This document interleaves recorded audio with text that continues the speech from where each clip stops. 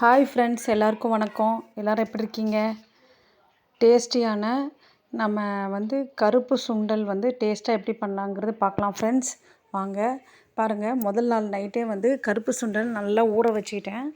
அதுக்கப்புறம் அடுத்த நாள் காலையில் அந்த ஊற வச்ச சுண்டக்கடலையில் கல்லுப்பு சேர்ந்து தேவையான அளவு கல்லுப்பு சேர்த்து குக்கரில் போட்டு விசில் விடுங்க. அது உங்களுக்கு தேவையான அளவுக்கு விசில் விட்டுக்கோங்க. அதுக்கப்புறம் இது அவல் சுண்டல், அவல் சேர்த்த சுண்டல். அதுக்கப்புறம் அந்த கெட்டி அவல் இருக்கு இல்லைங்களா, அந்த அவலை எடுத்துக்கோங்க. சுண்டலுக்கு எவ்வளோ நீங்கள் 1/4 கிலோ போட்டிங்கன்னா ஒரு 100 கிராம் அவல் சேர்த்துக்கலாம். அந்த மாதிரி வச்சுக்கோங்க. இந்த மாதிரி பாருங்கள், நான் எடுத்த சுண்டலுக்கு கொஞ்சம் அவல் எடுத்திருக்கேன். கொஞ்சங்கிறது உங்கள் இது. இப்போ 1/4 கிலோ எடுத்திங்கன்னா ஒரு 100 கிராம் 150 கிராம் அந்த மாதிரி எடுத்துக்கலாம். 150 கிராம் அதிகமாக இருக்கும். பாதிக்கு பாதி கூட எடுத்துக்கலாம், உங்களோட விருப்பம் தான். இல்லை இப்போ அவல் பிடிக்காதவங்க அவலை ஸ்கிப் பண்ணிவிடுங்க. இது அவல் சுண்டல். இது சூப்பராக இருக்கும். ஒரு தடவை வீட்டில் செஞ்சு பாருங்கள் ஃப்ரெண்ட்ஸ். பாருங்கள், அவலை ஒரு 3-4 தடவை கழுவிக்கோங்க ஃப்ரெண்ட்ஸ் நல்லா. அப்போ தான் அதில் இருக்கிற அழுக்கெல்லாம் போகும். அதுக்கப்புறம் அதை ஒரு ஸ்ட்ரெயினரை வச்சு நல்லா வடிகட்டிக்கோங்க. வடிகட்டினதுக்கப்புறம் அதில் கொஞ்சமாக உப்பு தேவையான அளவுக்கு, அந்த அவலுக்கு தேவையான அளவுக்கு உப்பு மட்டும் சேர்த்துக்கோங்க. அங்கே இப்படி கை வச்சு நல்லா கழுவிக்கணும், நல்லா கிளறி. அப்போ தான் அதில் இருக்கிற அழுக்கெல்லாம் நல்லா போகும். பாருங்கள், உங்களுக்கே தெரியும்னு நினைக்கிறேன். ஒரு 3-4 தடவை நல்லா அழுக்கு வருது அந்த அவல்லேருந்து. பாருங்கள், இப்போ ஸ்ட்ரெயினரில் வச்சு நல்லா ஃபுல்லாக வடிகட்டிக்கோங்க. இது கெட்டி அவல்னு சொல்லுவாங்க ஃப்ரெண்ட்ஸ். அந்த அவல் தான். லேஸ் அவல்னு ஒன்று இருக்குது, அதை வேண்டாம். அதை தண்ணியில் போட்டதையுமே நீங்கள் குடஞ்சிரும். அது வாங்காதீங்க, கெட்டி அவல் வாங்கிக்கோங்க. இந்த மாதிரி ஸ்ட்ரெயினரில் போட்டு அதை ஸ்ட்ரெயின் பண்ணி ஃபுல்லாக அது இருக்கிற தண்ணியெல்லாம் வெளியில் அரவு பண்ணிவிட்டு, அதுக்கப்புறம் இது தனியாக இது பண்ணிக்கோங்க. ஒரு பவுலில் போட்டுக்கோங்க. போட்டுட்டு இந்த அவலுக்கு தேவையான அளவுக்கு மட்டும் சால்ட்டு போட்டுக்கோங்க. சால்ட்டு கொஞ்சம் போட்டுட்டு கையை வச்சு நல்லா பெரட்டி விட்டுக்கோங்க, கலந்து விட்டுக்கோங்க.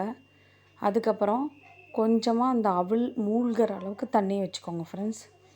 பாருங்கள், இந்த மாதிரி போட்டுட்டு ஃபுல்லாக அவலுக்கு எல்லா பக்கமும் வர மாதிரி நல்லா கலந்துக்கோங்க.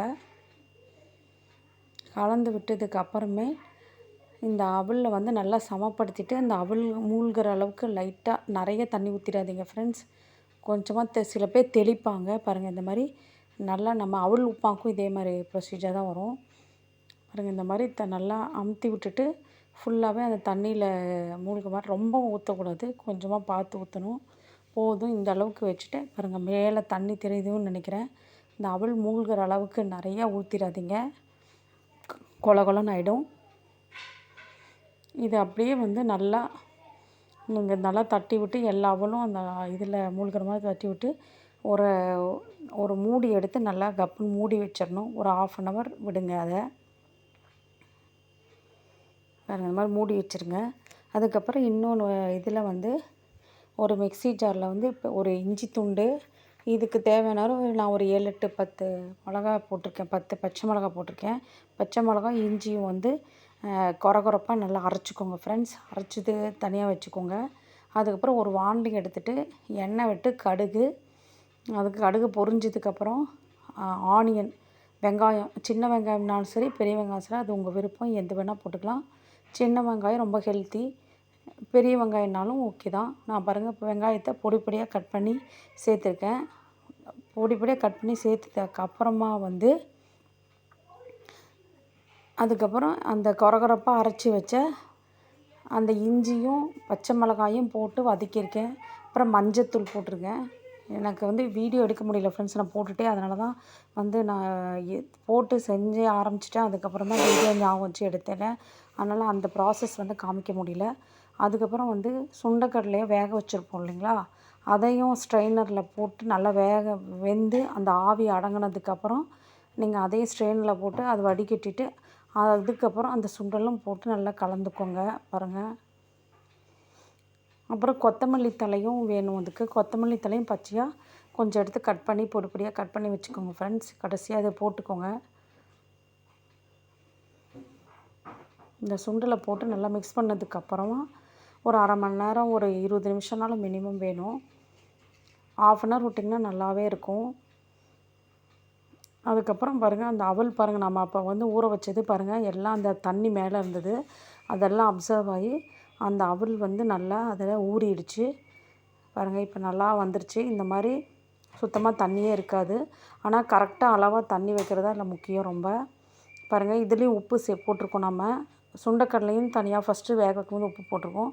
ஸோ இதெல்லாம் எடுத்து அதில் கொட்டி நல்லா மெதுவாக கலக்கணும். ஏன்னா அவல் வந்து நீங்கள் இப்போ ஃபாஸ்ட்டாக அந்த சூடில் கலக்குனிங்கன்னா இதாகிடும். இந்த ஸ்டேஜில் வந்து நீங்கள் அடுப்பை ஆஃப் பண்ணிகிட்டே கலந்து விடுங்க. சுண்டைக்கடலை போட்டு நீங்கள் அந்த மசாலாலாம் இல்லைங்க, வெங்காயம், பச்சை மிளகாய், மஞ்சள் எல்லாம் போட்டு நம்ம பண்ணியிருப்போம். அதை போட்டும் போதே பாருங்கள் இதாக இருக்கும். அதுக்கப்புறம் வந்து ஸ்டவ்வை ஆஃப் பண்ணதுக்கப்புறம் இந்த இதை போட்டுருங்க நீங்கள் அவலை.